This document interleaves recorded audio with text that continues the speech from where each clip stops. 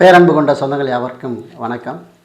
தற்போது தமிழகத்தில் நம்ம எல்லா ஆவலோடு எதிர்பார்த்து கொண்டிருந்த ஒரு விஷயம், தேர்தல் ஆணையம் தேதி அறிவிச்சிட்டாங்க. ஸோ நாம் தெரிந்து கொள்ள வேண்டிய சில விஷயங்கள் இருக்குது. ஸோ அதற்கான அவேர்னஸ் வீடியோ தான் இது. அரசியலுக்கும் நமக்கு ரொம்ப தூரம் அப்படின்னு நம்ம சொல்ல முடியாது. அரசியல் இல்லாமல் இங்கே எதுவுமே கிடையாது இல்லையா? அரசு அலுவலகத்தை நிர்ணயிக்கிற முதற்கொண்டு மக்களுடைய அடிப்படை தேவைகளை பூர்த்தி செய்கிறது எல்லாமே அரசியல் தான். அரசியல் இல்லாமல் இங்கே எதுவுமே நகர முடியாது. அதனால் நிச்சயமாக இன்றைக்கு இருக்கக்கூடிய இளைய தலைமுறைகளும் சரி, பொதுமக்களாகிய நாமளும் சரி, அரசியல் புரிதல் நம்மளுக்கு அவசியமான ஒன்றாக இருக்கிறது. ஓகே, இன்றைக்கி இந்த முழு தகவலை நம்ம பார்க்க போகிறோம். தேர்தல் எப்போ நடக்க போகுது, வேட்புமனு தாக்கல் எப்போ பண்ண போகிறாங்க, ஸோ முழு டீட்டெயில்ஸ், என்னென்ன விதிமுறைகள் தற்போது அமல்படுத்தி இருக்கிறாங்க, இதெல்லாம் நம்ம தெரிந்து கொள்ள வேண்டிய அவசியமாக இருக்குது. ஏன்னு கேட்டிங்கன்னா, சாதாரண ஒரு சாமானியன் இந்த விதிமுறைகளே தெரியாமல் பயணிக்கும்போது நிறைய பாதிப்புள்ளாக ஒரு சூழ்நிலை இருக்கும். மேபி என்னென்னு கேட்டிங்கன்னா, அதில் ஒரு விதிமுறை என்னென்னா 50,000க்கு மேலே நீங்கள் பணம் எடுத்துகிட்டு போகக்கூடாது அப்படின்னு தேர்தல் ஆணையம் விதிச்சிட்டாங்க. இப்போ 50,000க்கு மேலே பணம் எடுத்துகிட்டு போகக்கூடாதுங்கிற இந்த விதிமுறை மக்களுக்கு தெரியாமல் இருக்கலாம். மேபி கல்யாணம் வச்சுருப்பாங்க, பல பல பிரச்சனைகளுக்கு மருத்துவமனைக்கு போவாங்க, இந்த மாதிரி சூழ்நிலைக்கு கையில் கேஷ் கொண்டு போவாங்க. அப்போ கொண்டு போகும்போது இந்த விழிப்புணர்வு இல்லைன்னா அவங்கள்ட்ட அசால்ட்டை கொண்டு போகிறாங்க. தேர்தல் ஆணையத்துக்கு ஆவணம் ரொம்ப முக்கியம். அப்போ ஆவணத்தை நம்ம சமர்ப்பிக்கல அப்படின்னா அந்த பணத்தை அவங்க பறிமுதல்படுத்திடுவாங்க. அப்படி பறிமுதல்படுத்தும் போது என்ன ஆகுது அப்படின்னு பார்த்திங்கன்னா, ரொம்ப ஒரு மோசமான நிலைக்கு நம்ம போயிடுவோம். அதனால் அவேர்னஸ் என்பது ரொம்ப முக்கியமானது உண்டு. இது கட்சி சார்ந்ததல்ல, எல்லாருமே பொதுவாக பார்க்கக்கூடிய ஒரு வீடியோவாக நீங்கள் இதை எடுத்துக்கொள்ளலாம் அப்படின்னு பார்க்குறேன். தேர்தல் தேதி இந்த 15ஆம் தேதி அறிவித்தாங்க, மார்ச் 15 அறிவித்தாங்க. வருகிற மார்ச் 30 நோட்டிஃபிகேஷன் வெளியிடுறாங்க. அன்றைக்கே வேட்புமனு தாக்கல் அன்னையிலேருந்து நீங்கள் பண்ணிக்கலாம் அப்படின்னு சொல்லிட்டாங்க. வேட்புமனு தாக்கலுடைய கடைசி தேதி வருகிற ஏப்ரல் 6ஆம் தேதி வேட்புமனு தாக்கலுடைய கடைசி தேதி அப்படின்னு சொல்லிட்டாங்க. வேட்புமனு தாக்கல் பரிசீலனை ஏப்ரல் 7ஆம் தேதி பரிசீலனை பண்ணுறாங்க.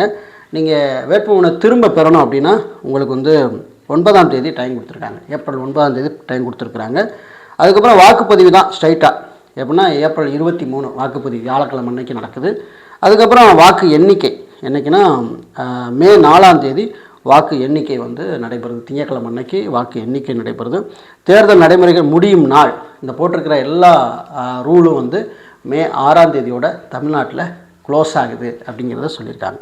முக்கிய புள்ளி விவரங்களை நம்ம தெரிந்து கொள்ள வேண்டிய அவசியமாக இருக்குது. என்னென்னு கேட்டிங்கன்னா, ஒரு சில நாட்களுக்கு முன்பதாக சில வீடியோக்கள்லாம் பார்த்தேன்.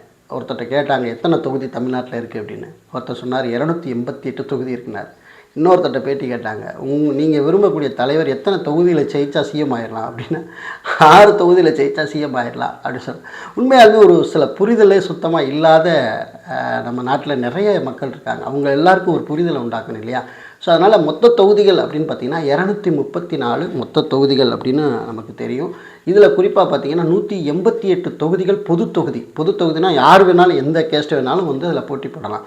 அதே சமயத்தில் ஒரு குறிப்பிட்ட சமுதாயம் மட்டும்தான் போட்டி போடணுங்கிறது தான் தனித்தொகுதின்னு சொல்லுவாங்க. எஸ்சி ஷெட்யூல்ட் காஸ்ட் பீப்புள் மட்டுமே இங்கே போட்டி போடுவாங்க. அது 44 தொகுதி இருக்குது. அதை தாண்டி எஸ்டி பிரிவினர் அவங்களுக்காக 2 தொகுதிகள் ஒதுக்கப்பட்டிருக்காங்க. ஆக மொத்தம் 234 தொகுதிகள் நம்முடைய தமிழ்நாட்டில் இருக்குது. இதில் மொத்த வாக்காளர்கள் பார்த்திங்கன்னா 5,67,00,000 பேர் தற்போது வாக்கு செலுத்த நம்ம தயாராகி கொண்டு இருக்கிறோம். 5,67,00,000 பேர் நம்ம வாக்கு செலுத்த தயாராகிருக்கோம். ஒவ்வொருத்தருடைய வாக்கும் ரொம்ப முக்கியமான ஒன்று. தயவுசெய்து சட்டமன்ற வாக்கை நீங்கள் அசால்ட்டாக எண்ணி விடாதீங்க. ஏன்னா ஒவ்வொரு வாக்கும் இங்கு நமக்கு விலை உயர்ந்ததாக இருக்குது. தமிழ்நாட்டில் மொத்தம் 75,032 வாக்குச்சாவடிகள் இருக்குது அப்படின்னு சொல்கிறாங்க. 75,032 வாக்குச்சாவடிகள் இருக்குது அப்படின்னு சொல்கிறாங்க. முக்கிய அறிவிப்புகள் என்ன அப்படிங்கிறத நம்ம பார்த்துடலாம். அரசு இனிமேல் ஒரு புதிய திட்டத்தை அறிமுகப்படுத்தக்கூடாது. இப்போ இருக்கக்கூடிய ஆளுகிற அரசு எந்த ஒரு புதிய திட்டத்தையும் அறிமுகப்படுத்தக்கூடாது. ஏன்னா தேர்தல் விதி நடைமுறைக்கு வந்துருச்சு. அடிக்கல் நாட்டும் பணியும் செய்யக்கூடாது அப்படிங்கிறது முக்கியமான விஷயம். குறிப்பாக பொதுமக்கள் நீங்கள் தெரிந்து கொள்ள வேண்டிய விஷயம் என்னன்னா, 50,000க்கு மேலே நீங்கள் பணத்தை எடுத்துகிட்டு போகக்கூடாது. மேபி அப்படி எடுத்துகிட்டு போவீங்கன்னா நீங்கள் உரிய ஆவணத்தை காட்டி என்ன செய்யணும், பணத்தை எடுத்துகிட்டு போகணும் அப்படிங்கிற விதிமுறையை கொண்டு வந்திருக்கிறாங்க. அது மட்டும் இல்லை, பார்த்திங்கன்னா அந்த சுவரொட்டிகள் அதை விளம்பரங்களில் பொது சுவர்களில் விளம்பரம் செய்யக்கூடாது. தனியார் இடங்களில் அனுமதி பெற்றோ விளம்பரம் செய்ய வேண்டும்னு சொல்லியிருக்காங்க. பொது அரசுக்கு சொந்தமான இடங்கள்லாம் விளம்பரம் செய்யக்கூடாது. ஒரு கட்சி சார்ந்த விளம்பரமோ மற்ற காரியங்களோ விளம்பரம் செய்யக்கூடாது. ரெண்டாவது பார்த்திங்கன்னா, பட்டா நிலங்கள் இருக்குது, ஒருத்தருடைய சொந்த கட்டடமாக இருக்குது அப்படின்னா அவங்களோட அனுமதி வாங்கி நீங்கள் விளம்பரம் செய்து கொள்ளலாம் அப்படின்னு சொல்லிட்டாங்க. இதில் பரப்புரை நேரம் பார்த்திங்கன்னா இரவு 10 மணி முதல் காலை 5 மணி வரை ஒலிபெருக்கிகள் மூலம் பிரச்சாரம் செய்ய அனுமதி இல்லைன்ட்டாங்க. 10 மணியோடு நீங்கள் ஸ்டாப் பண்ணிடும். 10 மணிலேருந்து காலை 6 மணி வரைக்கும் ஒலிபெருக்கியை பயன்படுத்தி நீங்கள் பிரச்சாரம் செய்யக்கூடாது அப்படிங்கிறத சொல்லிட்டாங்க. ஏப்ரல் 21 மாலை 5 மணியோட வந்து பிரச்சாரத்தை நிறைவு செய்ய வேண்டும். 23ஆம் தேதி வாக்குப்பதிவு, 21 மாலையோடு வந்து பிரச்சாரத்தை முடிவு செய்ய வேண்டும் அப்படின்னு சொல்லியிருக்காங்க. இதில் அதிகார துஷ்பிரயோகம், அரசு வாகனங்கள் அல்லது அரசு ஊழியர்கள் தேர்தல் பணிகளுக்கு பயன்படுத்தக்கூடாது. தேர்தல் ஆணைய பணிகளை தவிர தேர்தல் ஆணைய பணிகளுக்கு தவிர அரசு வாகனங்களை இந்த தேர்தலுக்காக பயன்படுத்தக்கூடாது. மேபி அப்படி பயன்படுத்துவது தேர்தல் விதிமுறைக்கு அப்பாற்பட்டது, குற்றமாக கருதப்படும் அப்படின்னு சொல்லியிருக்காங்க. இதில் கூடுதல் சில விதிகளை வந்து நம்ம பார்க்கலாம். என்னென்னா 75,032 வாக்குச்சாவடிகளும் முறைகேடுகளை தவிர்க்க நேரடியாக இணைய கண்காணிப்பு செய்கிறாங்க. ரொம்ப இம்பார்ட்டன்ட் ஒரு விஷயம். எல்லாத்தையுமே வந்து ஃபோக்கஸ் பண்ணி கேமரா வச்சு எல்லாத்தையுமே இணையத்தில் கண்காணிக்கிற ஒரு முறையை வந்து தற்போது கொண்டு வந்திருக்கிறாங்கிறது ஒரு அற்புதமான செய்தியும் கூட. அது மட்டும் இல்லை, முதியோர் மற்றும் மாற்றுத்திறனாளிகள் 80 வயதுக்கு மேற்பட்டவர்கள் மற்றும் மாற்றுத்திறனாளிக்கு வீட்டிலிருந்து வாக்களிக்கும் வசதி வந்து தன்னார்வல் அடிப்படையில் தன்னார்வல் வைத்து வீட்டிலேருந்து அவங்க வாக்கு செலுத்தும் முறையை வந்து அறிவிப்பு செஞ்சுருக்காங்க அப்படிங்கிறதும் ஒரு கூடுதல் தகவலாக இருக்குது. வேட்புமனு தாக்கல் செய்யும் போது என்னென்ன செய்யணும் அப்படின்னு சொல்கிறாங்க. வேட்பாளர் தங்களுடைய சொத்துக்களோட விவரங்கள், கடன் மற்றும் கல்வி தகுதி இதெல்லாம் உறுதிமொழி, அதாவது அபிடவிட் வந்து தாக்கல் செய்ய வேண்டும் அப்படின்றாங்க. வேட்பாளர் மீது குற்ற வழக்குகள் இருந்தால் அவற்றை வந்து நாளிதழ் மற்றும் தொலைக்காட்சிகளில் குறைந்தது 3 முறை விளம்பரம் செய்து பொதுமக்களுக்கு தெரியப்படுத்த வேண்டும். அவர் மேலே குற்ற வழக்கு இருந்தால் அதை தெரிவிக்கணும்னு சொல்கிறாங்க. பொது பிரிவினருக்கு வந்து 10,000 ரூபா டெபாசிட், அதாவது வைப்பு தொகை வைக்க சொல்லியிருக்காங்க. அதே மாதிரி பார்த்திங்கன்னா எஸ்டி எஸ்சி பிரிவினருக்கு 5,000 வைப்பு தொகை சொல்கிறாங்களே, அதாவது இப்போ நம்ம நாமினேஷன் போடும்போது வந்து வைப்பு தொகை வைக்க சொல்லுவாங்க இல்லையா, அந்த தொகையை சொல்கிறாங்க. உரிய ஆவணங்கள் மற்றும் முன்மொழிவு கையெழுத்துடன் மட்டுமே வந்து மனுவை தாக்கல் செய்ய வேண்டும் அப்படின்னு சொல்லியிருக்காங்க. பிரச்சார விதிகள் அப்படின்னு பார்த்திங்கன்னா ஜாதி உணர்வுகள், மத உணர்வுகளை தூண்டும் விதமாக என்ன செய்யக்கூடாது அப்படின்னா பிரச்சாரம் செய்யக்கூடாது. அதில் குறிப்பாக தேவாலயங்கள், கோவில்கள், மசூதிகள் இந்த இடத்துல வந்து வைத்து வாக்கு சேகரிப்பதை, பிரச்சாரம் செய்வதை தவிர்க்க வேண்டும். தேர்தல் விதிமுறைக்கு முரணானது அப்படின்னு சொல்லியிருக்காங்க.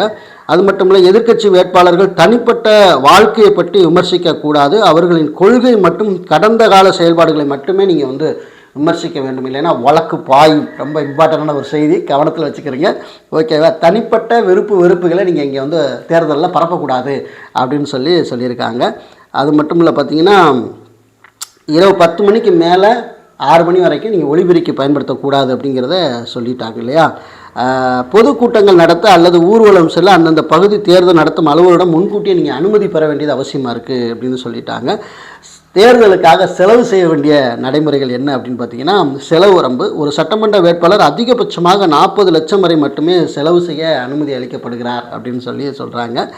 தேர்தல் செலவுக்காகவே தனியாக ஒரு வங்கி கணக்கை தொடங்கி அதன் மூலமாக அனைத்து பரிவர்த்தனையும் மேற்கொள்ள வேண்டும். இது ரொம்ப இம்பார்ட்டண்டான ஒரு விஷயம் பாருங்கள், அப்படின்னு சொல்லியிருக்காங்க.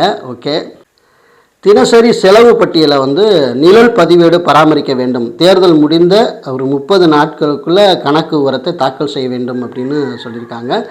செய்யக்கூடாத விஷயங்கள் என்ன அப்படின்னு பார்த்தீங்கன்னா, அதாவது வாக்காளர்களுக்கு பணம், மது அல்லது பரிசு பொருட்களை வழங்குவது தண்டனைக்குரிய குற்றமாகும் அப்படின்னு சொல்லியிருக்காங்க.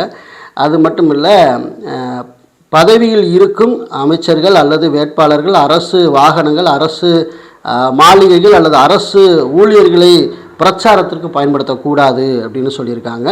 கள்ள ஓட்டு போடுவதை அல்லது அதற்கு தூண்டுவதையோ தவிர்க்க வேண்டும் அப்படின்னு சொல்லியிருக்காங்க.